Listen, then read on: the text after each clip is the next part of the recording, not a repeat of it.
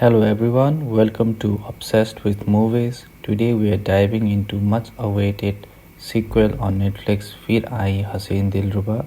This movie brings back Taapsee Pannu, Vikrant Massey and introduces Sunny Kaushal in a story full of twist, dark theme and as well let's just say lots of questionable decisions. Let's break down what works, what doesn't and whether it's worth your time.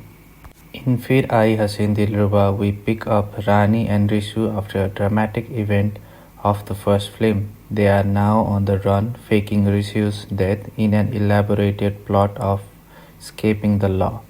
As they try to flee the country, they pull Abhimanyu, played by Shani Kaushal, into their chaotic world. The movie balances on the edge of psychological thriller with elements of obsession, twisted love, and a cat and mouse chase game with UP police.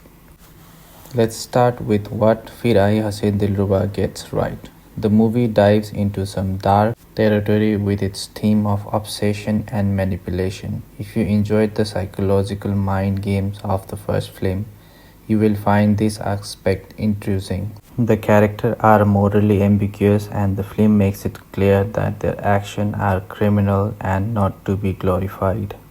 Performance-wise, Taapsee Pannu and Sunny Kaushal shines. Taapsee captures Rani's desperation and panic effectively while Sunny portrays Abhimanyu, a man hopelessly in love with Rani, bringing an intense, almost poetic quality to the movie. His character is longing and helplessness are very intriguing and its performance that sticks with you. However, not everything works in this sequel. The biggest issue in this film is the shift to a suspense thriller.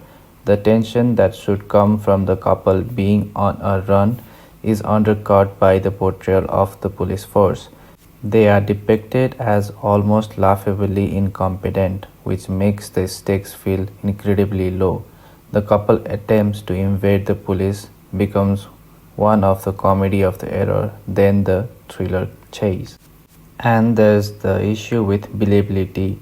The ease with Rani and Rishi blend into a new city despite being run stretch the suspension of disbelief a bit too far.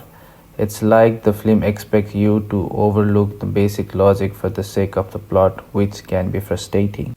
Speaking of frustration, let's talk about the climax. If you thought the first film ending was over the top, you are into a wild ride here. The final of this movie is so intriguing and it's almost laughable.